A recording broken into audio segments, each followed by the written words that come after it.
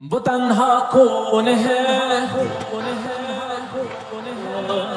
बादशाह कौन है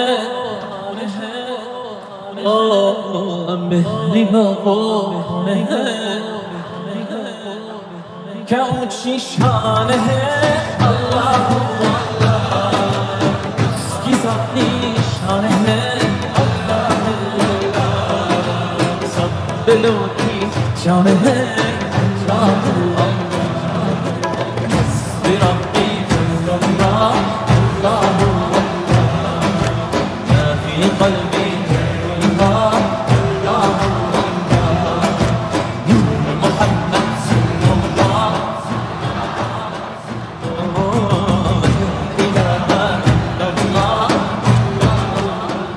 Affeder günahı Allah alemin padişahı Allah yüreklerin günahı İşit Allah dertimi ahlara rahmeyle bağışla günahlarımı hayreyle hem akşam hem sabah orası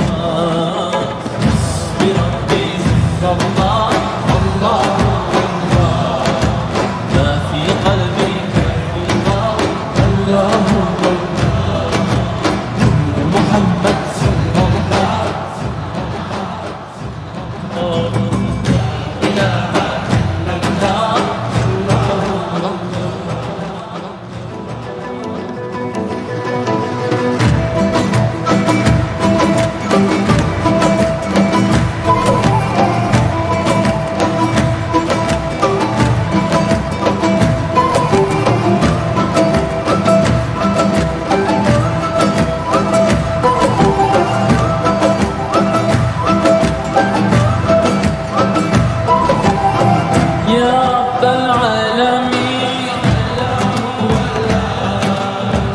على طه الأمين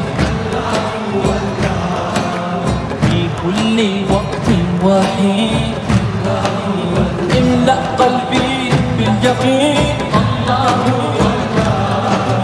ثبتني على هذا الدين